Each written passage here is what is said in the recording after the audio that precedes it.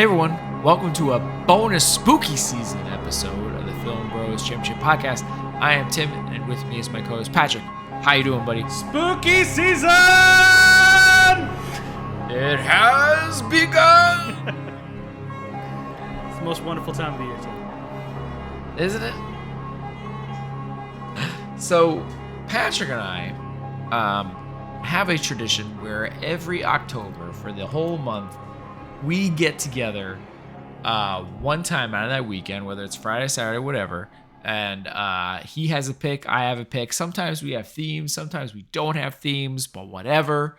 He has a pick and I have a pick. We watch 2 horror movies that night, and sometimes we'll throw in an extra one depending on time and depending on if it's Friday the 13th. So that time has come, and we have watched our first horror movies of the month of October, and we want to talk about them. What's fun, too, is that because we're brothers, there's always a little competitive, too. So if whoever picks the better movie wins the week, and spoiler alert, I won again. Yep. Spoiler alert, I lose a lot. Yeah. I do lose a lot. I've... Not all the time. You are definitely more plugged in than I am, I feel, for sure.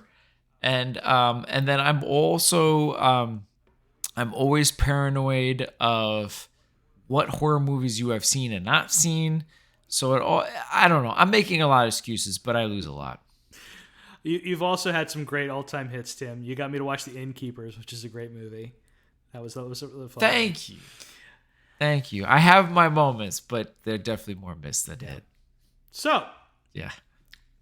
This year we had an extra day. Yes, surprise. So we got 3 in this week. So I started off with Triangle, which was on your list in the past. It's been on there for a while. We just never got around to it. I mean, I make lists that are like 20 movies long, and just kind of depends on the mood I'm in. Like, okay, let's do a slasher. Yeah. Let's do whatever, you know. And sometimes you're nice, and sometimes you save stuff for me, and sometimes you say "F you," I'm doing it. Yeah, well, it depends on the hype. I'm not gonna like wait around for like a new Scream movie for you. I was like, no, I'm just doing this if you're not gonna be here for me. I would never make you wait on a Scream movie. I know. There's certain things I'd go to town for sure. Yeah. But yes. So we finally did Triangle. What'd you think? I liked it. Or should we do a preface of what it is? Triangle is it's a Bermuda Triangle. 2009. I don't want to go too far into it because the twists in it are the most part of it. So it's Triangle is a Bermuda Triangle movie. Yeah. Melissa George the star. She and her friends get knocked around in like I guess a hurricane or whatever, it's a storm, and they hop onto an ocean liner that is completely empty, and a lot of them die, and it gets confusing until it kind of starts to explain itself. And I don't want to go into it anymore without spoiling everything, but it's a time loop movie with a horror element to it. Yeah, there's a bit of a slasher parts to it. None of the kills are especially interesting to look at, so you're really leaning into the story, and it's not bad. It's okay. Yeah, it's like a solid Twilight Zone episode. Yeah, I think that's a good comp. It definitely has that Twilight Zone feel to it. There's some things that are like a little bit like, oh, that's kind of eerie. But not enough there, I would say, to really kind of be like a recommend type of thing. No. I'm not gonna. Yeah. No, it's if someone mentioned it in casual, I just watched the movie. You're like, oh yeah, I saw it. It was pretty good. Yeah, it was okay, but not like, oh, you got to go see that. Yeah, for sure. But I mean, well acted. Even by the lesser Hemsworth, he's not bad. Yeah, the lesser Hemsworth is okay in that. I definitely that okay. Not excited for him as the Witcher, although I'm barely into this newest season. But and even what did you say? What's his name from the space show, the Apple space show? For All Mankind. Yeah, I barely recognized him on there from For All Mankind. So yeah, it's okay. I don't think anybody's gonna be super bummed out unless you're kind of looking for a certain kind of genre or a certain kind of feel from a horror movie, then you might be kind of bummed out. But otherwise, yeah, it's an okay movie. Yeah. So the main event, Saturday. The main event, which is still your first pick, which was the first movie we saw. Should we go in chronological order, or do we want to mix it up? Let's just continue with my greatest hits here and how I dominated. All right. So my first pick was Cobweb. It was good. It was good. I liked it. It stars Anthony Starr and Lizzie Kaplan as overprotective parents. And there's clearly something weird and off with them. Yeah. And their son, who hears noises in the wall. So knocks that turn into voices, and they tell him to ignore it. But then the son stops ignoring it and starts listening. And that doesn't work out for anybody in this movie. No. But it does have like a weird thing of what's going on with the parents, and it makes you forget about the wall. Mm-hmm. And then the wall comes back into it, really, and then it takes you through a whole other. And you're still never actually sure, is this in the kid's head or is it real? What's actually happening? And outstanding performances by everybody. It's all across the board. It's great. The only negative is I wish it got a little bit more funding. Yeah, to like really flesh out the monster effects, which, a lot of it's in shadow by necessity because it's just not there. But it's not there. Kept me guessing. I guessed wrong at first, and then I caught on to what they were doing. Like, oh, okay, this is like, I'm not going to say which one to spoil it, but like, this is exactly like one episode of The Simpsons Treehouse of Horror played up as a straight horror, and outstanding work. I was a little bummed out because you're like because we sometimes communicate when we watch them together. We're drinking, we're chatting. We're chatting. We're like, hey, you feeling this? And we go back and forth with that kind of deal. But that's kind of as far as it goes. Otherwise, we're in it unless our dogs are kind of being jerks. But anyway, it was like you were kind of doing that a little bit with me. But I'm like, the one synopsis I read gave away too much, so I kind of already know. And even with me knowing a little bit, they did it in a they just kind of like, yeah, you did it, like hands off, like tip of the cap, like you kind of, even though I kind of knew where this was going, you delivered. Mm-hmm. So I'm very cool with it. And once again, really just hats off to Lizzie Kaplan and our boy Homelander Anthony Starr. Just really great performances. I love these people. I want to see them in more stuff. Great stuff. There is a few times with them where you're like, this was so well casted. Like you knew exactly what you wanted, and these are the people that were going to deliver that 1,000%. And I would say at least 2 times per character, there is a moment where like, oh, this is so well perfectly casted in this moment. This is exactly what you wanted. So yeah, I agree. It's an outstanding really feature film debut from the director Samuel Bowden, who apparently directed this French Netflix show called Marianne. It's supposed to be really good. So I got to check that out at some point. Wait, how is your feelings on French? Oh, it's a good point. But you know what? Considering what I saw in... Because you prefer the Italians, don't you? The French normally are really into sicko, gross, like that gross horror that you would hate. Like, worse than in any Saw movie kind of stuff. They love it. But considering what we saw in Cobweb, I feel safe in trusting this guy and like, let's give it a shot. Unless he's trying to be mainstream and American in that I movie. feel like it's a Netflix show. I'm okay. Okay, fair enough. Okay. But everyone should check out Cobweb. Good stuff. It's gonna be on I really Hulu. Enjoyed it. I think by the time this comes out, it'll be on Hulu. Oh, that's good. So we were just a little early on it. Yeah, then. I don't mind giving that movie some money though, because that was good. That's a good point. It's a good point. No regrets. Okay, totally killer.